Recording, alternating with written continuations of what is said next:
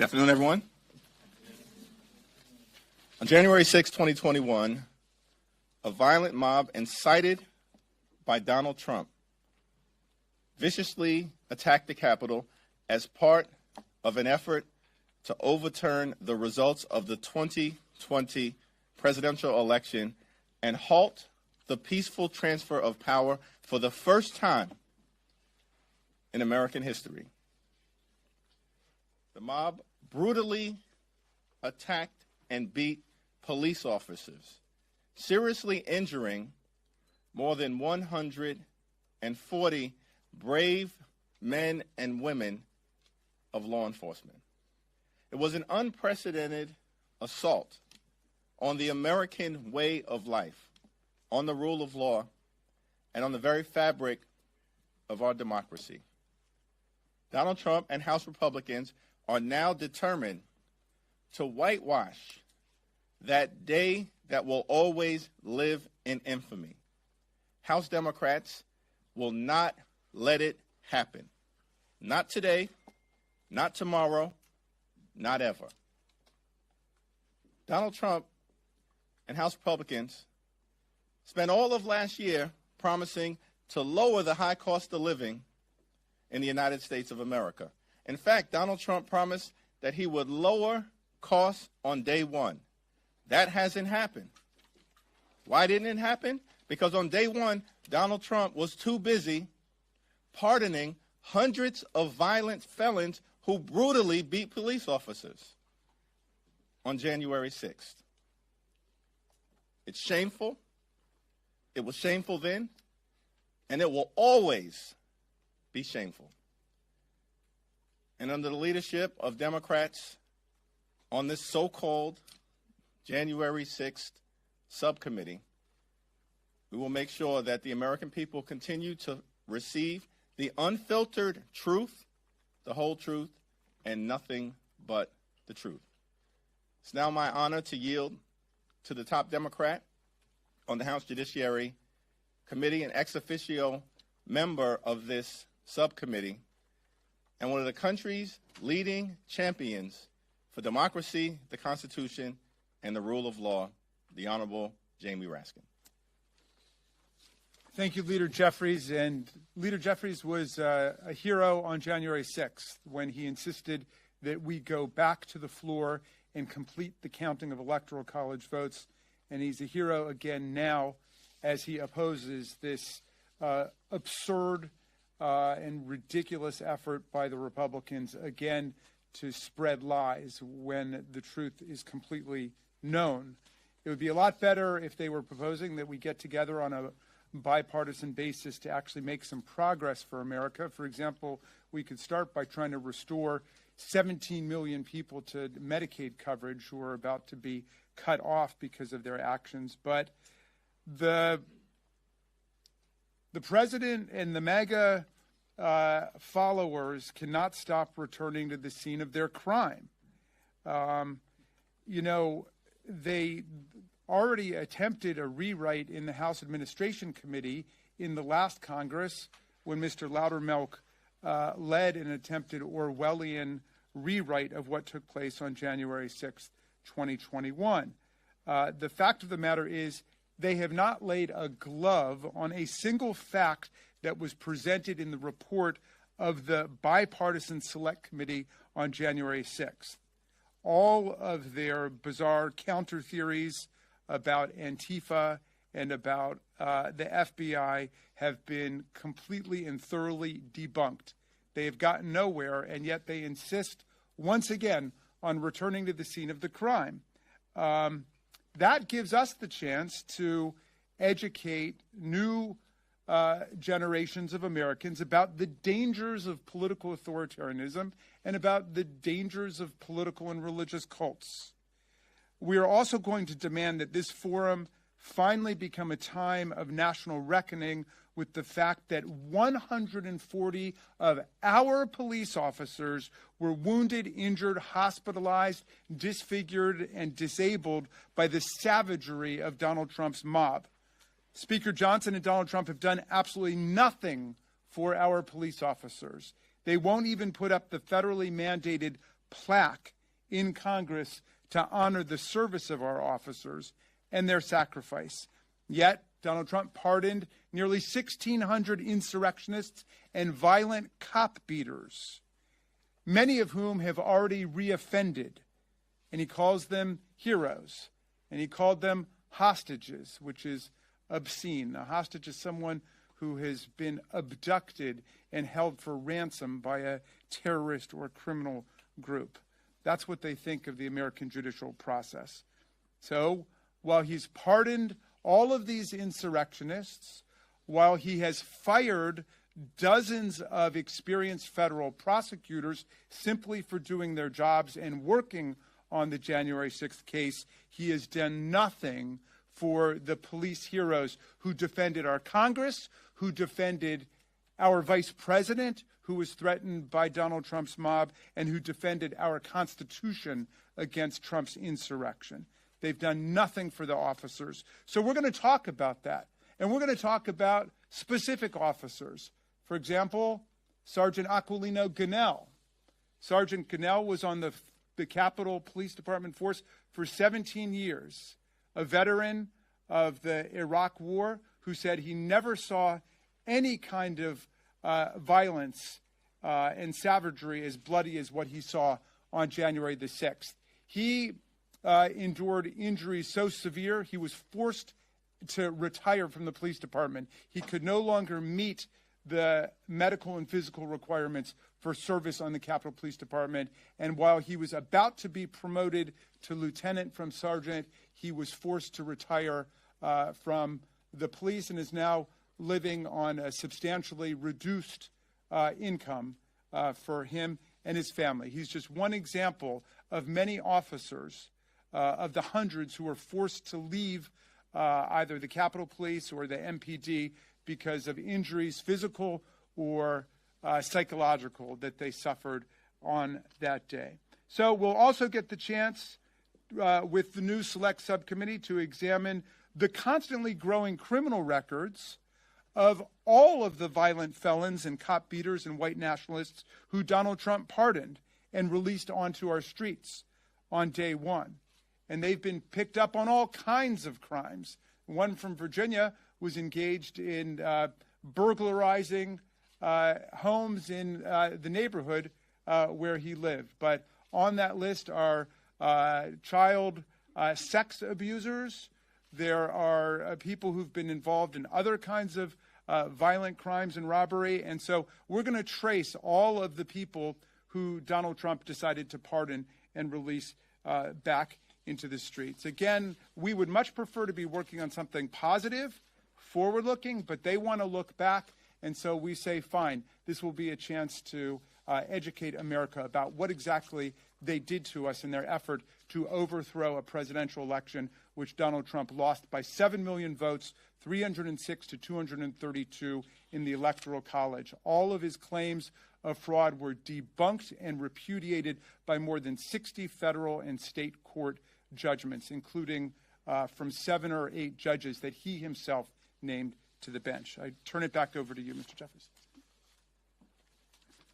Thank you, Jamie. Throughout his time in Congress, Eric Swalwell, who's both a friend and a classmate, has been a champion for the rule of law, a champion of accountability, a champion of free and fair elections, and a champion of the American way of life. Eric Swalwell is the son of a police officer, comes from a law enforcement family, has a distinguished track record as a prosecutor. Eric Swalwell knows what it means to actually advocate for law and order. And Eric Swalwell knows what lawlessness and disorder looks like. And he's never hesitated in calling out the lawlessness and disorder of the Trump administration, of Donald Trump, of extreme MAGA Republican sycophants, and on that violent mob that we saw that fateful day on January 6th. It's my honor to designate Congressman Eric Swalwell as the ranking member, the lead Democrat on this subcommittee. And the House Democratic Caucus will be in good hands with Congressman Swalwell, with Representative Jasmine Crockett, and Representative Jared Moskowitz, all with the steady hand of Ranking Member Jamie Raskin. I yield now to my good friend, the Congressman from the great state of California, Eric Swalwell.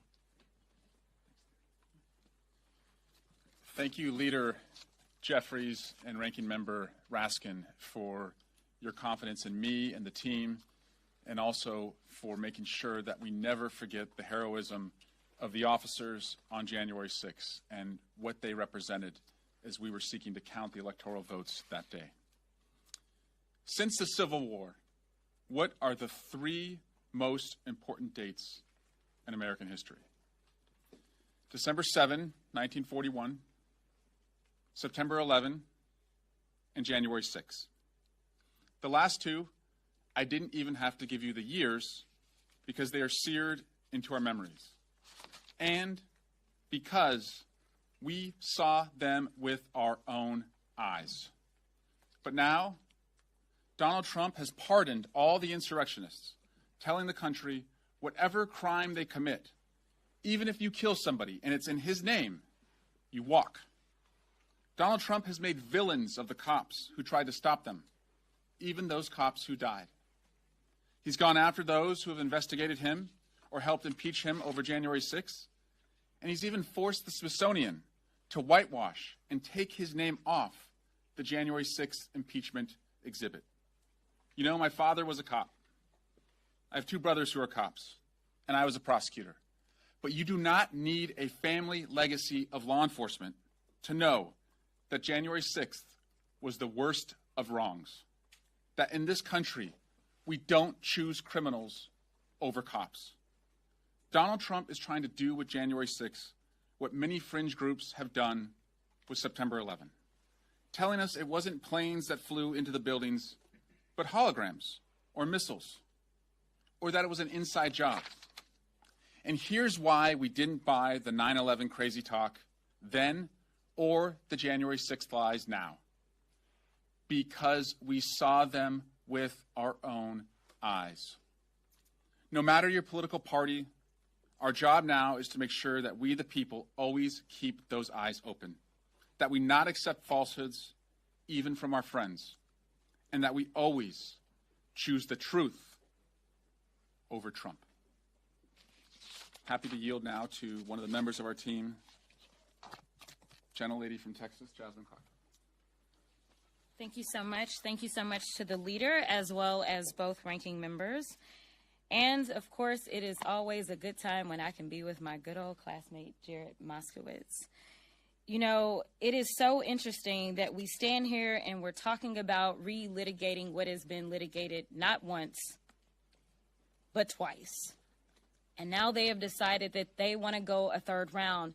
You see, if we recall, there was a January 6th committee that had come together.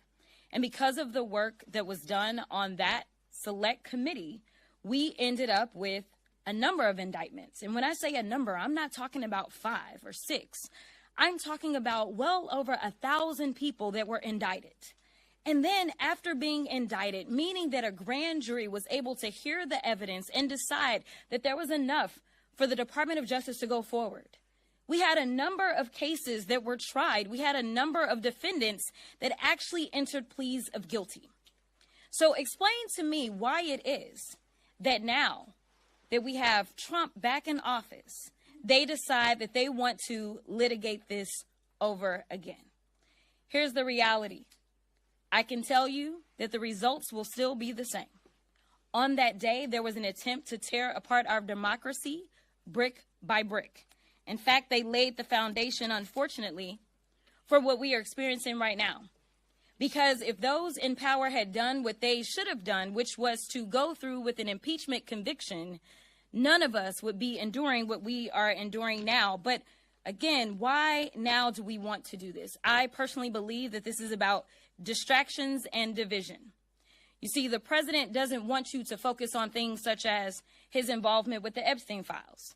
You see, the president doesn't want you to focus on things that he promised on the campaign trail, such as to lower costs for the American people. The president doesn't want you to focus on his failed secretary of HHS and the fact that we know almost 100 children thus far have died from something like measles. He doesn't want you to focus on the things that truly matter to the American people that are trying to survive now. Instead, again, he wants to divide and distract. So let me be clear. We are not going to allow them to whitewash this. In fact, the leader was very thoughtful when he decided to put together this team. All of us know a little something about the law because we've all practiced law. And we are going to make sure that the American people get the truth, no matter how many lies they put out there. On January 6th, Donald Trump not only incited the attack, he doubled down by pardoning those violent insurrectionists. And when did he do that? On his very first day in office. It sends a dangerous message that violence against our democracy is rewarded, not punished. No one, no matter how powerful, is above the law. On this subcommittee, we will follow the facts. We will expose the lies, and we will continue to hold accountable those that tried to overthrow the will of the people, including the president. This is not about Democrats versus Republicans. This is about defending the Constitution we all swore an oath to uphold. The American people deserve honesty, accountability, and leaders who will protect democracy, not tear it down. I am committed to making sure that the American people know the truth about January 6th and remember all those responsible for the defilement of the Capitol. And with that, I will turn it over to Jared Moskowitz. Thank you, Jasmine. First of all, Leader Jeffries, thank you for the honor to serve with my colleagues under Ranking Member Eric Swalwell and continuing to serve with Ranking Member Jamie Raskin. You know, for the group that has brought back the measles and is working really hard to bring back polio, it would only make sense that now they want to bring back the January 6th committee. But I give them credit for their consistency. They're talking a lot about D.C. crime, and so I applaud them that they're going to remind the American people with overwhelming video and imagery and pictures and testimony of the largest crime perpetrated on the Capitol since the British. And we will go through this again. We will remind people of the police brutality. We will remind people of the burglary and the vandalism of the Capitol. We will go through each and every single crime that was committed on that day since the Republicans are talking about crime. And so, you know, listen, this is going to be an absolute waste of taxpayer money and taxpayer time. And so, look, I'm getting ahead of myself. Speaker Jeffries, look at that. Speaker Johnson, if you're watching in the spirit of bipartisanship, I think you really should consider putting James Comer in charge of this committee so that he can continue with his service of committees that have wasted countless dollars and time of the American people. And look, we would much rather be doing other stuff. We'd much rather be talking about how we're going to get people health care. We would much rather talk about how we're going to work together to make things more affordable. We would much rather do that. That's what the American people want us to do. But that's not what is going on in this Congress, right? Again, we're in the least productive Congress, only beating the last Congress, which was the least productive Congress. And so, look, as someone who celebrates Hanukkah, Christmas is coming early. We will deal with it. Thank you. Thank you, Jasmine. Thank you, Jared. Questions? Leader Jeffries, I was here that day, and it was unforgettable. We know that 800 Metropolitan police officers responded to the scene and helped save our lives. Are they also honored on that plaque? Yes, the plaque honors the law enforcement personnel who were there saving lives at the Capitol at great sacrifice to themselves and, of course, that was led, that effort was led by the Capitol Police Department and the Metropolitan Police Department, as well as law enforcement officers from other federal agencies, all of whom we will continue to lift up. Thanks. And 50 officers from Montgomery County, Maryland. Yes. And as the distinguished gentleman from the great state of Maryland said, 50 officers from Montgomery County, Maryland, the county that is so ably represented by Jamie Raskin. All of them heroes, all of them who responded to what was one of the saddest, most violent days in American history. You picked your team, but Speaker Johnson does have the ultimate veto power if he would chooses to use it. Have you talked to him about whether or not he's going to approve this? We let him know our choices for this subcommittee, and there's zero precedent for anyone from the other party determining who is going to sit on a subcommittee if, in fact, they want to take that subcommittee seriously. Thank you. Question on the other major pressing piece of business, the government shutdown. What is the Democrats ask in that? There's been some talk about the Obamacare expiring expanded premiums. Is that part of the conversation? What are you guys talking about attaching to the seat? We're going to focus on topic questions, but I will briefly just answer that, and we'll have more to say throughout the balance of the week. Democrats are prepared to work together to enact a bipartisan spending agreement that meets the needs of the American people, improves their quality of life, and addresses health care, public safety, and their economic well-being. We will not support a partisan spending bill that continues to rip away health care from the American people, period, full stop. Anything else? Thank you, Leader. Congressman Swalwell just compared Pearl Harbor to January 6th. Do you agree? I think what Congressman Swalwell said is that there are certain days that will forever live in infamy in terms of the shock to the conscience of the American people.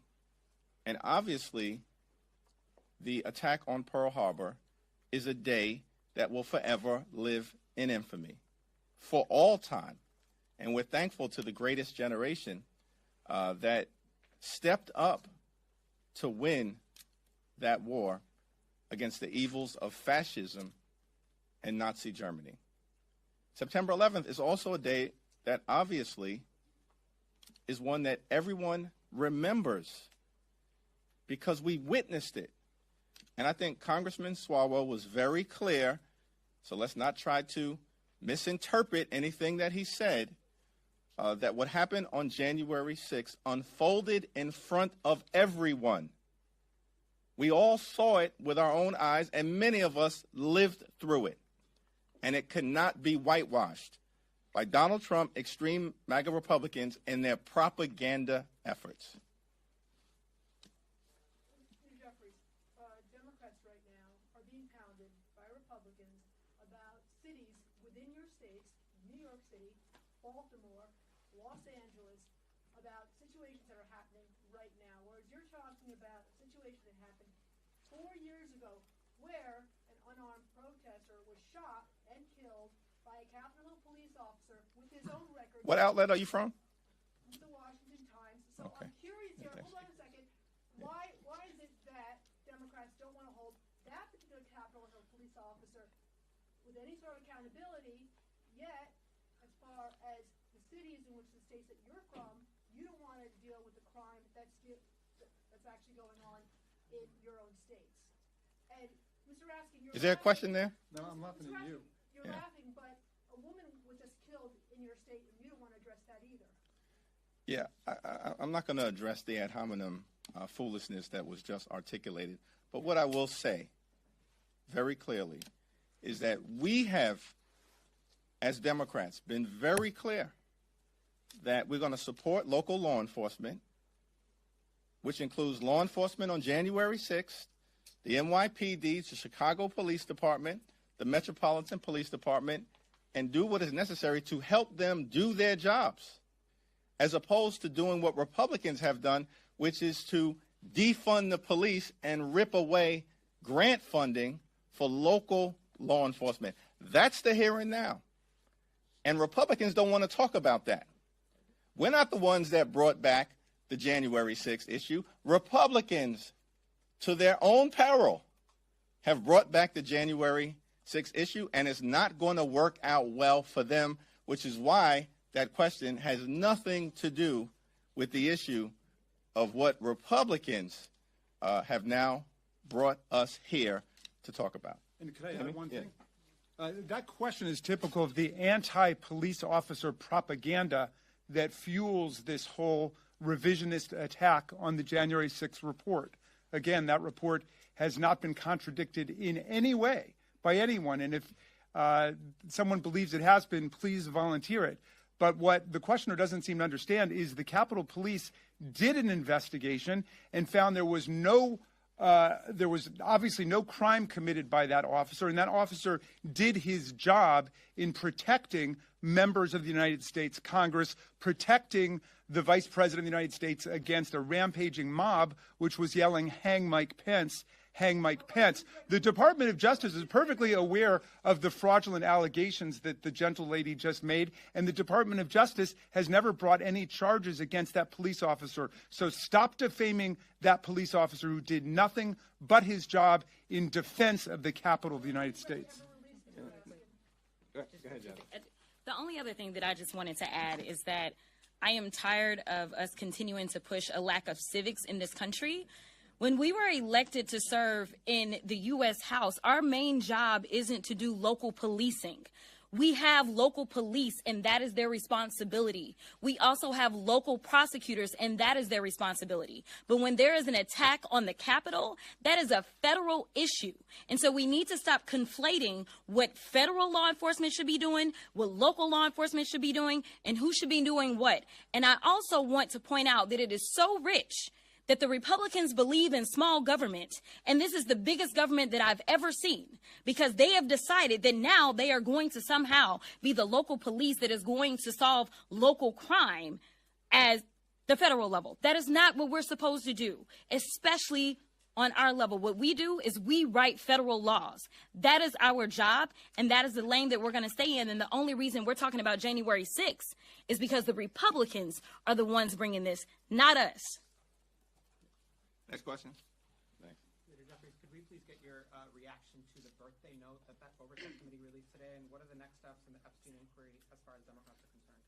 Yeah, well, I'll have more to say about the birthday note, but right now I'm going to let Robert Garcia and the Oversight Committee Dems speak to that issue. Last question. If Speaker Johnson does not approve your picks for the Select Committee, will Democrats still participate in this? We're not going to deal in the realm of hypotheticals, but what's interesting is that Republicans have brought this situation on themselves. They blindsided us by dropping this January 6th subcommittee into a rule in the dead of night so that it wouldn't have to be comprehensively debated on the floor of the House of Representatives. And so they have decided they want this January 6th subcommittee. It's going to be housed before the Judiciary Committee. Jamie Raskin, as the top Democrat on the Judiciary Committee, will be an ex officio member, according to the protocol that has been previously set forth by Democrats and Republicans. Eric Swalwell is the top Democrat on that committee, a member of the Judiciary Committee. Jasmine Crockett, a member of the Judiciary Committee. And Jared Moskowitz, a member of the Judiciary Committee. And Republicans will regret that they've decided to go down this road. Thank you very much.